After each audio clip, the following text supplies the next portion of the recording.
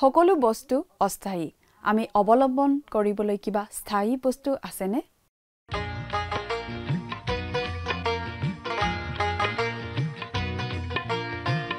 আজিৰে পবিত্ৰ ক্ষণতে উজলি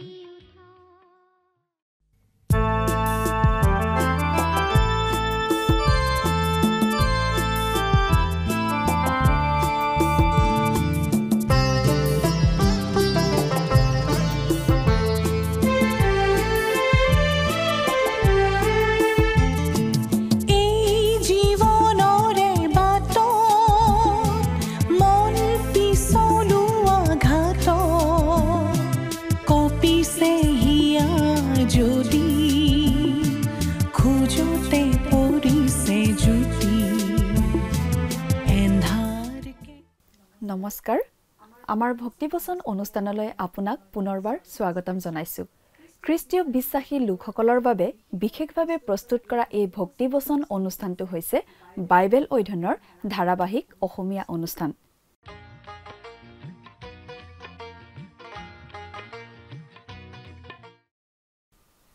প্ৰিয় দৰ্শক আপুনি যদি আমাৰ এই অনুষ্ঠানটো নিয়মিতভাৱে শুনি আছে তেনেহলে আপুনি নিশ্চয় জানে যে আমাৰ আগৰটো অনুষ্ঠানত বাইবেলৰ নতুন নিয়ম খণ্ডৰ পিতৰৰ প্ৰথম পত্ৰ বা চমুকৈ প্ৰথম পিতৰ নামৰ পুস্তকখনৰ 1 নম্বৰ অধ্যায়ৰ 10 নম্বৰ পদৰ পৰা 14 নম্বৰ পদলৈকে পঢ়ি তাৰ ভিত্তিত আগবঢ়োৱা আলোচনা শুনিবলৈ পাইছিলো আজিৰ অনুষ্ঠানত আমি এই প্ৰথম পিতৰ পুস্তকৰ 1 নম্বৰ অধ্যায়ৰ 15 নম্বৰ পদৰ পৰা 25 নম্বৰ পদলৈকে পঢ়ি তাৰ ভিত্তিত আগবঢ়োৱা আলোচনা শুনিবলৈ পাম আমাৰ পৰিত্ৰাণৰ কথাটো পুৰণি নিয়মৰ ভাৱবাণীবোৰৰ এটা বিষয় আছিল ভাৱবাদীসকলৰ লগতে পাচনীসকলে ইয়াৰ সত্যতাৰ বিষয়ে সাক্ষ্য দিয়ে এই কথাটোৱে খ্ৰীষ্টীয় বিশ্বাসৰ বাবে তাৰণাৰ সন্মুখীন হৈ থকা যিহুদী বিশ্বাসীসকলক যথেষ্ট উৎসাহ যোগাইছিল পুৰণি নিয়মৰ দিনৰ ভাৱবাদীসকলে অতি নিষ্ঠা সহকাৰে এই পৰিত্ৰাণৰ বিষয়ে ভাৱবাণী কৰি আহিছিল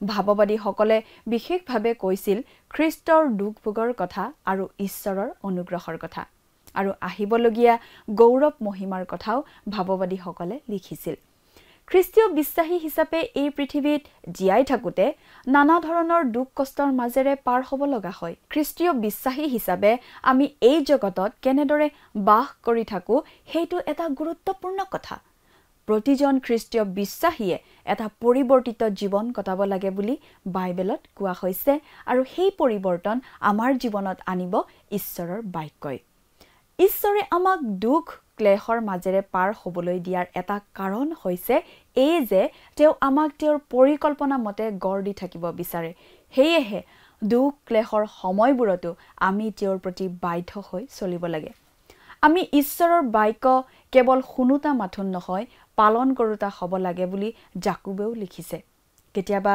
বিশেষ পৰিস্থিতিৰ যুগেৰে ঈশ্বৰে আমাক একাষৰীয়া কৰি ৰাখে যাতে আমি অকলে ঈশ্বৰৰ বাক্যত মন দিওঁ আৰু ঈশ্বৰৰ সৈতে সময় কটাওঁ প্ৰতিজন খ্ৰীষ্টীয় বিশ্বাসীৰ বাবে এই কথাটো বৰ প্ৰয়োজনীয় খ্ৰীষ্টীয় বিশ্বাসীজনে আৰু অজ্ঞানতাৰ বশৱৰ্তী হৈ মানসিক অভিলাষত চলা উচিত নহয় আমি এনেদৰে জীয়াই থাকিব লাগে যাতে আমি যে ভিতৰৰ পৰা পৰিৱৰ্তিত হৈছো সেই কথাটো আমাৰ আচৰণৰ যুগেৰে প্ৰকাশ পায় আমি কৃত্ৰিমতাৰে নহয় সঁচাকৈয়ে পৰিৱৰ্তিত হোৱা জীৱন যাপন কৰিব লাগিব ঈশ্বৰে বিচাৰে আমি বাহিৰে ভিতৰে যাতে একে হওঁ ঈশ্বৰে আমাক এটা পবিত্ৰতা আৰু সততাৰ জীৱনলৈহে আহ্বান কৰিছে প্ৰিয় দৰ্শক কথাবোৰ অধিক বহলাই চাবলৈ আহকচোন এতিয়া আমি মূল আলোচনাটোলৈ আগুৱাই যাওঁ প্ৰিয় শ্ৰোতা আপুনি বাৰু আমাৰ এই ভক্তিবচন অনুষ্ঠান নিয়মিতভাৱে শুনি আছেনে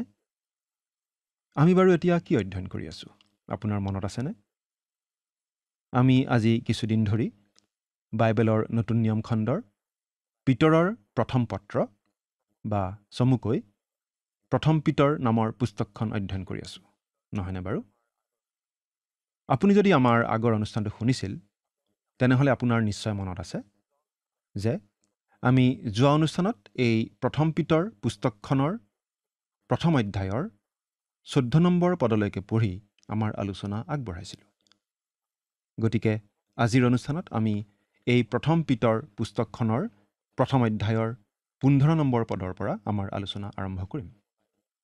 অনুগ্ৰহ কৰি আপোনাৰ বাইবেলখন মেলি লৈ প্ৰথম পিতৰৰ প্ৰথম অধ্যায়টো উলিয়াই লওকচোন। বাইবেলৰ পৰা পাঠ কৰি দিম। অনুগ্ৰহ কৰি মন দি শুনি যাব দেই। 14 নম্বৰ পদৰ পৰাই পঢ়ি দিছোঁ। 14 আৰু 15 পদ একেলগে পঢ়িম। আজ্ঞাধীন হোৱা সন্তানবিলাকৰ যেনে উপযুক্ত, তেনেকৈ তোমালোক পূৰ্বৰ অজ্ঞান অৱস্থাৰ অভিলাষৰ অনুৰূপ নহৈ তোমালোকক আমন্ত্ৰণ কৰা জনা যেনে পবিত্ৰ, তোমালোকো সকলো আচাৰ ব্যৱহাৰত তেনে পবিত্ৰ হোৱা। পাচনি পিতৰে কৈছে, খ্ৰীষ্টীয় বিশ্বাসীসকলে খ্ৰীষ্টক বিশ্বাস কৰাৰ আগতে যেনেকুৱা জীৱন যাপন কৰিছিল, তেনেকুৱা জীৱন আৰু নকটাই পবিত্ৰ জীৱন যাপন কৰা উচিত। তোমালোকক আমন্ত্ৰণ কৰা জনা যেনে পবিত্ৰ, তোমালোকো সকলো আচাৰ ব্যৱহাৰত তেনে পবিত্ৰ হোৱা। পবিত্ৰতাৰ বিষয়টো আমি প্ৰায়েই ভুল বুজোঁ। সাধাৰণতে মানুহে ভাবে পবিত্ৰ হোৱা মানে একেবাৰে ধোৱা তুলসীৰ পাত, কোনো খুঁত নথকা শুদ্ধ সিদ্ধ হোৱা। এইটো এটা বাহ্যিক ৰূপ বুলি মানুহে ভাবে। কিন্তু প্ৰিয় শ্ৰোতা, ঈশ্বৰে আমাক বাহিৰে ভিতৰে একে হ'বলৈ কৈছে। আমি ভিতৰত যেনে বাহিৰতো তেনে হোৱা উচিত। ঈশ্বৰে বিচাৰে আমি যাতে জীৱনটো উপভোগ কৰোঁ, কিন্তু এই জীৱন আমি সৎভাৱে, শুদ্ধ আৰু নিৰ্মলভাৱে উপভোগ কৰিব লাগে। কোনো বেয়া কথা নোকোৱাকৈ, কোনো বেয়া কামত লিপ্ত নোহোৱাকৈ, কোনো বেয়া আলোচনাত ভাগ নোলোৱাকৈ, কাৰো একো অপকাৰ নকৰাকৈও আমি নিৰ্মল মনেৰে আমাৰ এই জীৱনটো পূৰা মাত্ৰাই উপভোগ কৰিব পাৰোঁ। প্ৰকৃত প্ৰেম, প্ৰকৃত ভালপোৱা, প্ৰকৃত বন্ধুত্ব, প্ৰকৃত ভ্ৰাতৃত্ব আদিৰ মাজত জানো নিৰ্মল আনন্দ লুকাই নাথাকে? পবিত্ৰতা আমাক লাগে। আমাৰ শাৰীৰিক জীৱন ভালে থাকিবলৈ যেনেদৰে সুস্বাস্থ্য লাগে, ঠিক একেদৰে আমাৰ আত্মিক জীৱনৰ বাবে লাগে পবিত্ৰতা। সুন্দৰ স্বাস্থ্যৰ সুঠাম সবল লোক এজনক দেখি আমাৰ ভাল লাগে। আত্মিকভাৱে সুন্দৰ সুঠাম হৈ থকাটোৱেই পবিত্ৰতা। আজি আমাক এনেকুৱা আত্মিক স্বাস্থ্যৰ মানুহ লাগে। আমিও তেনে হ'বলৈ চেষ্টা কৰা উচিত। তোমালোকক আমন্ত্ৰণ কৰা জনা যেনে পবিত্ৰ। আমাক আমন্ত্ৰণ কৰা জনা হৈছে স্বয়ং ঈশ্বৰ। তেওঁৱেই আমাক খ্ৰীষ্টত গ্ৰহণ কৰিলে। খ্ৰীষ্টক ত্ৰাণকৰ্তা বুলি গ্ৰহণ কৰি আমি ঈশ্বৰৰ সন্তান হৈছোঁ। আমাক পবিত্ৰ ঈশ্বৰে আমন্ত্ৰণ কৰি আনিলে। এই কথাটো প্ৰতিজন খ্ৰীষ্টীয় বিশ্বাসী লোকে মনত ৰখা উচিত। এতিয়া 16 নম্বৰ পদটো পঢ়িম। তোমালোক পবিত্ৰ হোৱা, কাৰণ মই পবিত্ৰ। আমি খ্ৰীষ্টীয় বিশ্বাসীসকলে এই কথা মনত ৰখা উচিত। আমি নিজকে ঈশ্বৰৰ সন্তান বুলি কওঁ। ঈশ্বৰে আমাক কৈছে, তোমালোক পবিত্ৰ হোৱা, কাৰণ মই পবিত্ৰ। অৰ্থাৎ ঈশ্বৰৰ সন্তান হিচাপে আমাৰ এইটো এটা দায়িত্ব। কিন্তু এইখিনিতে এটা প্ৰশ্ন উঠিব পাৰে।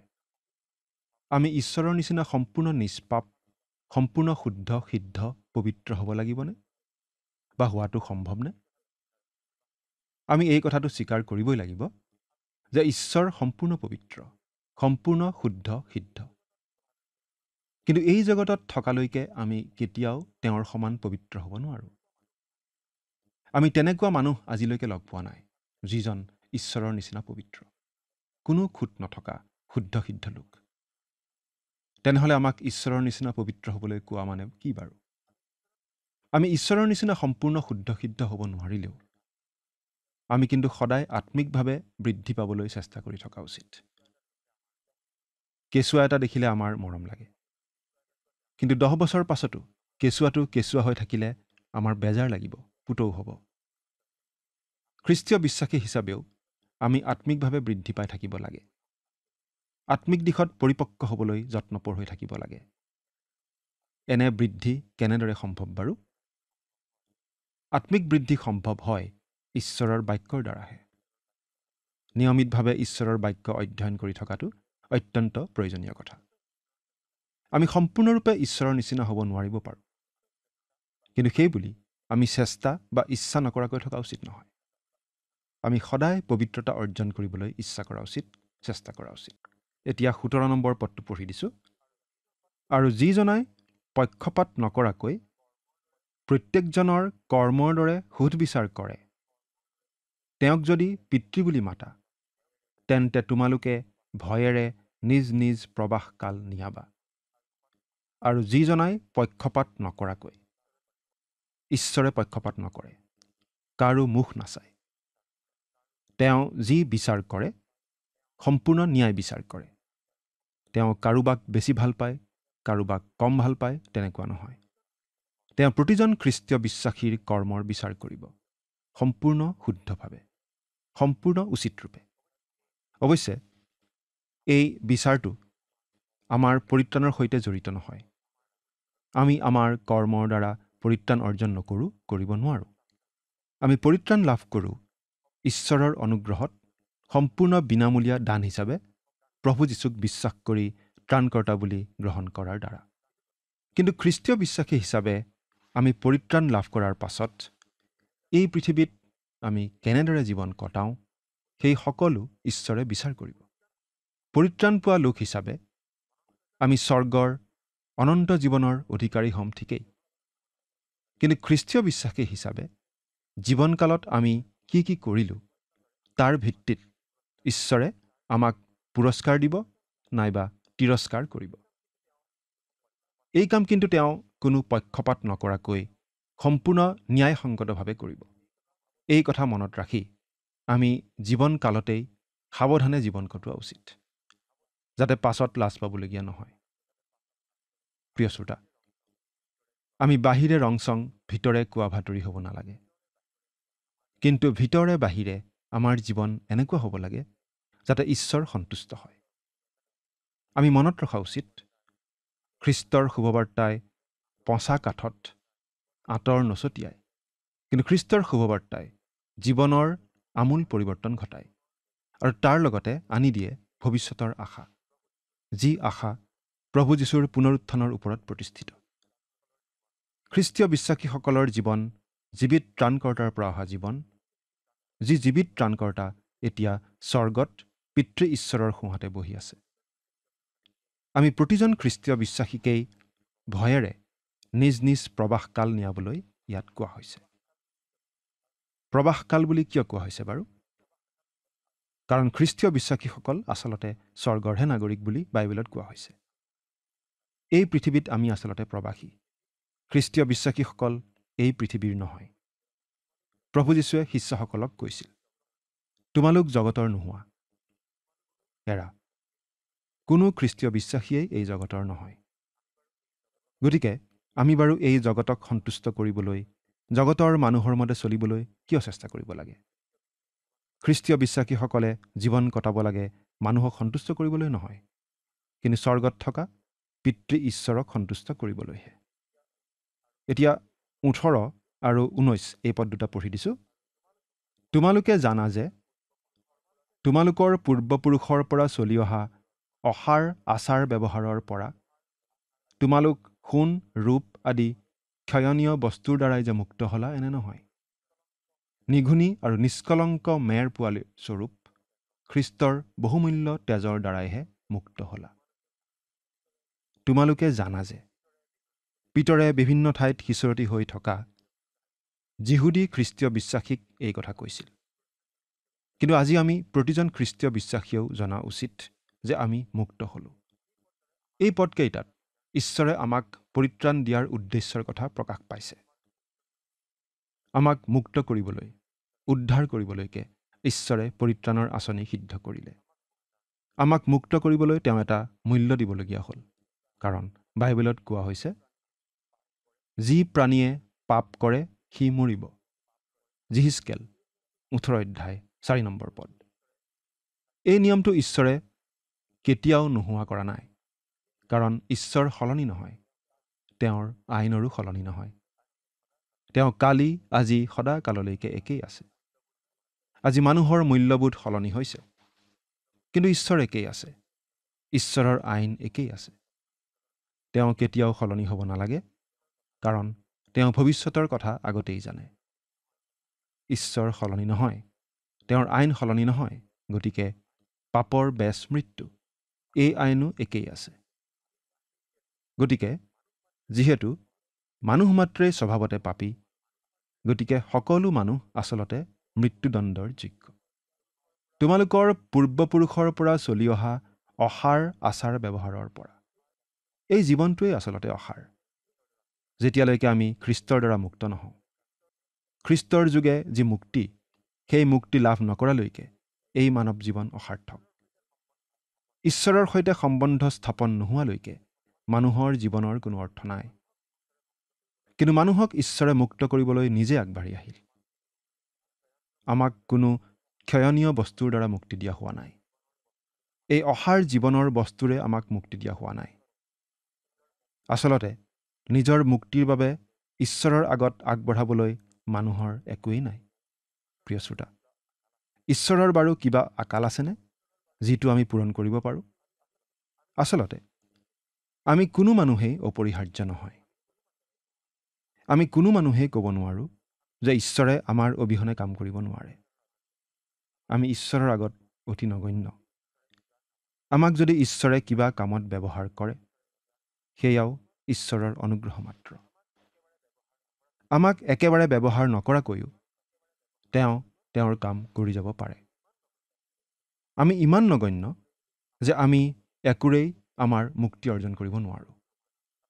একো বস্তুৰেই আমি ঈশ্বৰক সন্তুষ্ট কৰিব নোৱাৰোঁ। যদিহে আমাৰ মুক্তিৰ বাবে দিবলগীয়া আমাৰ একো নাই, তেনেহ'লে আমাৰ মুক্তি সম্ভৱ হ'ব পাৰে কেনেকৈ? নিঘুনি আৰু নিষ্কলংক মেৰ পোৱালীস্বৰূপ খ্ৰীষ্টৰ বহুমূল্য তেজৰ দ্বাৰাইহে মুক্ত হ'লা। খ্ৰীষ্টৰ বহুমূলীয়া তেজৰ দ্বাৰাহে আমাৰ মুক্তি সম্ভৱপৰ হ'ল। খ্ৰীষ্টৰ তেজৰ কথাটো আমি কেতিয়াও ওলাই কৰিব নোৱাৰোঁ, কিন্তু অতি গুৰুত্ব সহকাৰেহে ল'ব লাগে। খ্ৰীষ্ট আছিল নিঘুনি আৰু নিষ্কলংক। সেই কথা পিতৰে জানিছিল, কাৰণ তেওঁ খ্ৰীষ্টৰ লগত সুদীৰ্ঘ 3 বছৰ কাল কটাবলৈ সুবিধা পাইছিল।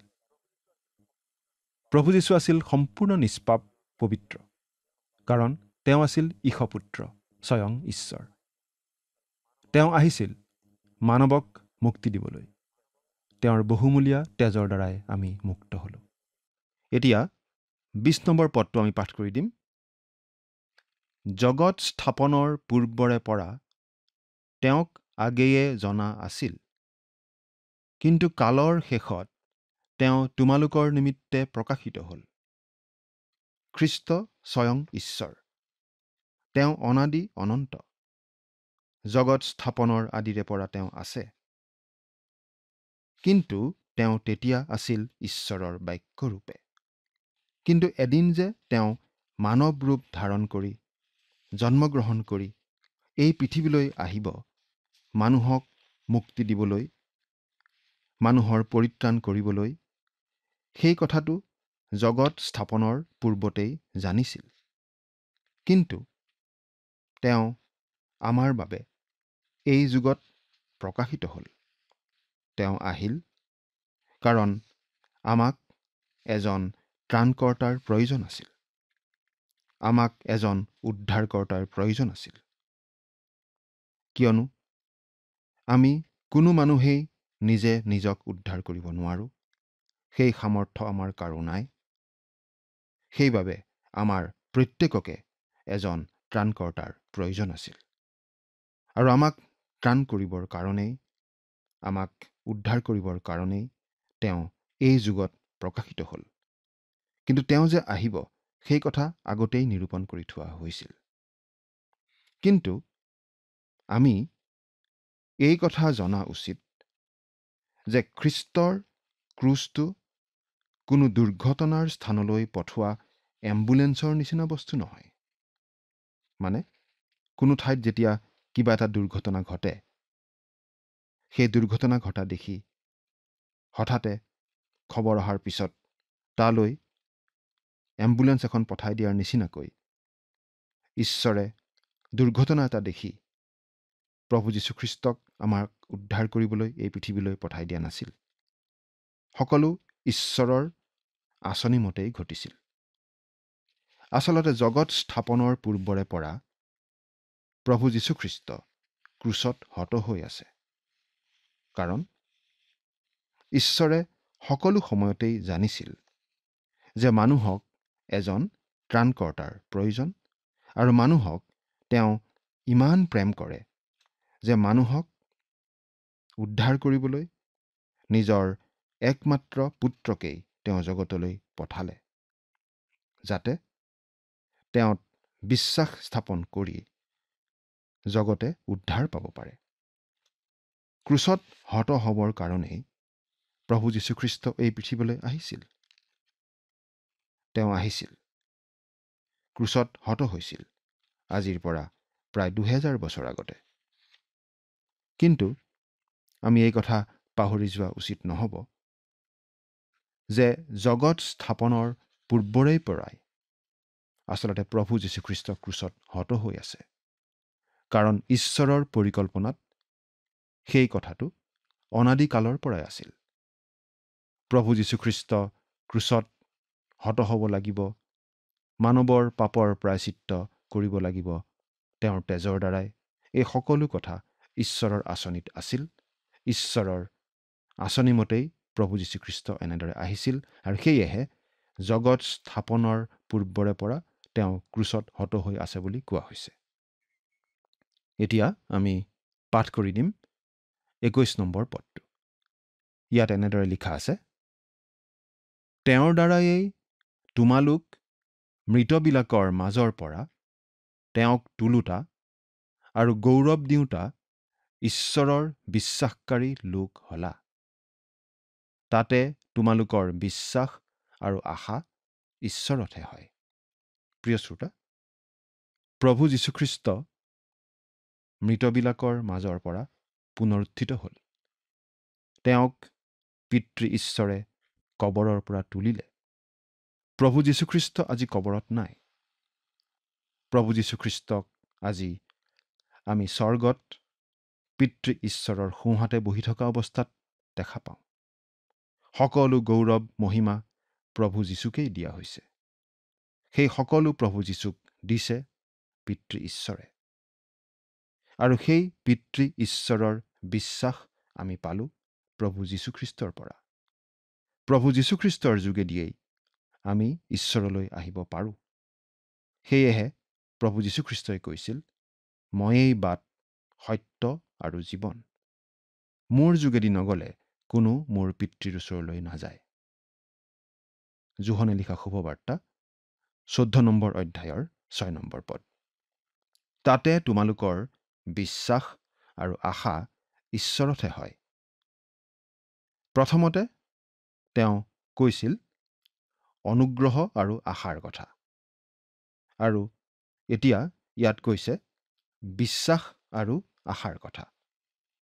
পাচনি পিতৰে কৈছে আশাৰ কথা, আৰু সেয়েহে পাচনি পিতৰক আশাৰ পাচনি বুলি কোৱা হয়। আৰু আমি এই কথাটো স্পষ্টভাৱে জনা উচিত যে আমাৰ খ্ৰীষ্টীয় বিশ্বাসী হিচাপে আমাৰ আশা নিৰ্ভৰ কৰিছে প্ৰভু যীশুখ্ৰীষ্টৰ ওপৰত।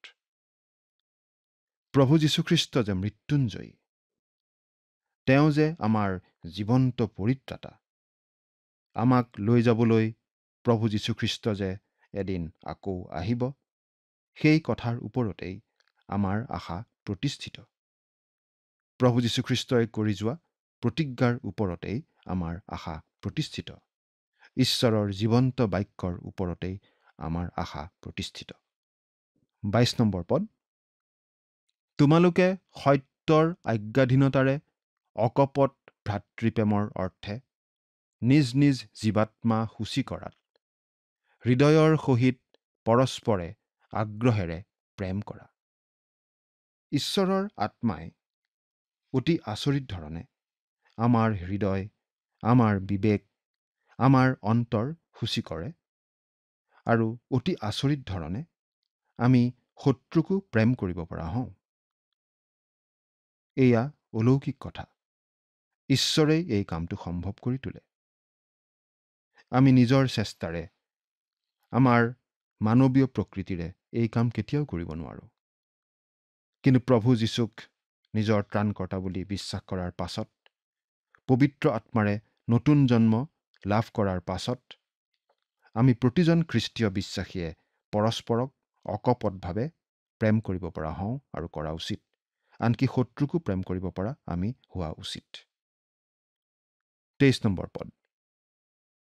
কিয়নো তোমালোক ক্ষয়নীয় বীজৰ পৰা নহয়, অক্ষয় বীজৰ পৰা, অৰ্থাৎ ঈশ্বৰৰ জীৱনময় আৰু চিৰস্থায়ী বাক্যৰ দ্বাৰাই পুনৰ্জন্ম পোৱা হৈছা। প্ৰতিজন খ্ৰীষ্টীয় বিশ্বাসীয়ে নতুন জন্ম লাভ কৰে, কিন্তু আমি কোনেও নিজৰ চেষ্টাৰে এই নতুন জন্ম লাভ কৰিব নোৱাৰোঁ। আমি জীৱনময় চিৰস্থায়ী অক্ষয় ঈশ্বৰৰ বাক্যৰ পৰাহে নতুন জন্ম লাভ কৰোঁ। ঈশ্বৰৰ বাক্যই আমাক শিকায় আৰু পবিত্ৰ আত্মাই আমাক দিয়ে নতুন জন্ম, আৰু আমি হৈ পৰোঁ ঈশ্বৰৰ সন্তান। 24 আৰু 25 পদ। কাৰণ মৰ্ত্যমাত্ৰেই তৃণৰ সদৃশ, আৰু তাৰ সকলো মৰ্যাদা তৃণৰ ফুলৰ সদৃশ। তৃণ শুকায় আৰু ফুলো সৰে, কিন্তু প্ৰভুৰ বাক্য অনন্তকাল থাকে। আৰু যি বাক্য তোমালোকৰ আগত প্ৰচাৰ কৰা হ'ল, সেয়ে এই বাক্য। এই জগতখন ক্ষণস্থায়ী, আজি আছে কালি নাই, কিন্তু ঈশ্বৰৰ বাক্য অনন্তকলীয়া, আৰু সেই বাক্যই সত্য। সেই বাক্যৰ জীৱন্ত ৰূপ হৈছে প্ৰভু যীশুখ্ৰীষ্ট। সেই বাক্য আজি এই মুহূৰ্ততো আমি ঘোষণা কৰি আছোঁ। এই সত্য বাক্যই আজি বাৰু আপোনাৰ হৃদয়ত কেনে প্ৰভাৱ পেলাইছে? আপুনি বাৰু ঈশ্বৰৰ এই চিৰস্থায়ী বাক্য গুৰুত্ব সহকাৰে শুনি সেই বাক্যৰ প্ৰতি বাধ্যতা দেখুৱাই যীশুক গ্ৰহণ কৰিছেনে? ঈশ্বৰে আপোনাক আশীৰ্বাদ কৰক। আমেন।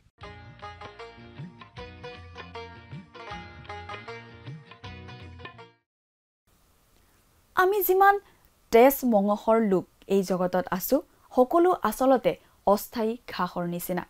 আমাৰ গৌৰৱ অহংকাৰ সকলো ঘাঁহৰ ফুলৰ নিচিনা। ঘাঁহ শুকাই যায়, ফুলো সৰি মৰহি যায়। আমাৰ একো মূল্যৱান বস্তু নাই যিটো আমি ঈশ্বৰলৈ আগবঢ়াব পাৰোঁ। মানৱৰ সকলো গৌৰৱ, সকলো ঐশ্বৰ্য ঘাঁহৰ ফুলৰ নিচিনাহে। অৰ্থাৎ আমি খিৰিকীৰে বাহিৰলৈ চাই দূৰত দেখা বননিৰ নিচিনা আমি মানৱ জাতি। এটা সময়ত বৰষুণৰ বতৰত লহপহকৈ বাঢ়ি আহে, কিন্তু যাৰ কালি পানী নাপায় শুকাই নোহোৱা হৈ যায়। কিন্তু ঈশ্বৰৰ বাক্য চিৰস্থায়ী, অনন্তকালস্থায়ী। সেই ঈশ্বৰৰ বাক্যই আমাক পৰিত্ৰাণৰ শুভবাৰ্তা জনায়। সেই চিৰস্থায়ী ঈশ্বৰৰ বাক্যই আমাক চিৰস্থায়ী জীৱনলৈ লৈ যায়।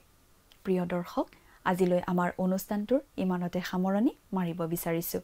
পৰৱৰ্তী অনুষ্ঠানত আপোনালোকক পুনৰ লগ পাম বুলি আশা ৰাখিলোঁ। সামৰণি মৰাৰ আগতে আহকচোন আমি খন্তেক প্ৰাৰ্থনাত মূৰ দুৱাওঁ। স্বৰ্গত থকা অতি মৰমীয়াল দয়ালু পিতৃ ঈশ্বৰ, প্ৰভু তোমাক ধন্যবাদ দিছোঁ এই সুন্দৰ সময় তুমি আমাক দিয়াৰ বাবে। বিশেষকৈ পিতৃ সময়তে প্ৰাৰ্থনা কৰিছোঁ তোমাৰ চৰণত, প্ৰভু প্ৰতিজন দৰ্শকসকলৰ বাবে। প্ৰভু তেওঁলোকে যি তোমাৰ পবিত্ৰ বাক্য অধ্যয়ন কৰি আছে, এই বাক্য বুজি পোৱাত প্ৰভু তুমি সহায় কৰিবা, আৰু প্ৰভু তেওঁলোকে যাতে এই বাক্য বুজি পায় নিজৰ জীৱনত যাতে তাক ব্যৱহাৰ কৰিবলৈ পাৰিব, তেনে আশীৰ্বাদ প্ৰভু তুমি দান কৰিবা। আৰু প্ৰভু তেওঁলোকৰ সকলো প্ৰয়োজনবোৰ প্ৰভু তুমি পূৰণ কৰিবা। এই সকলো যাচনা মহান ত্ৰাণকৰ্তা প্ৰভু যীশুখ্ৰীষ্টৰ নামত অৰ্পণ কৰিছোঁ। আমেন। প্ৰিয় দৰ্শক, যোৱা অনুষ্ঠানৰ প্ৰশ্নটোৰ শুদ্ধ উত্তৰটো হৈছে অপশ্যন বি, যিচয়া 11 অধ্যায়।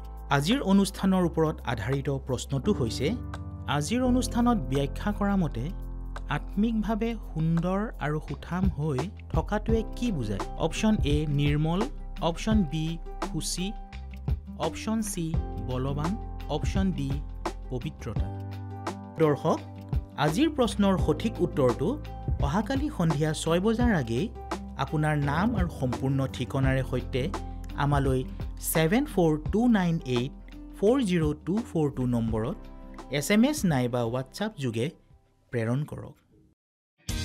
প্ৰিয় দৰ্শক, যদি আপোনাৰ এই অনুষ্ঠানটি শুনি ভাল লাগিছে, তেনেহ'লে এই নম্বৰত এটি মিছ কল দিয়ক। ইয়াৰ যোগেদি আপুনি পৰৱৰ্তী অনুষ্ঠানত বিজয়ী হ'ব পাৰে।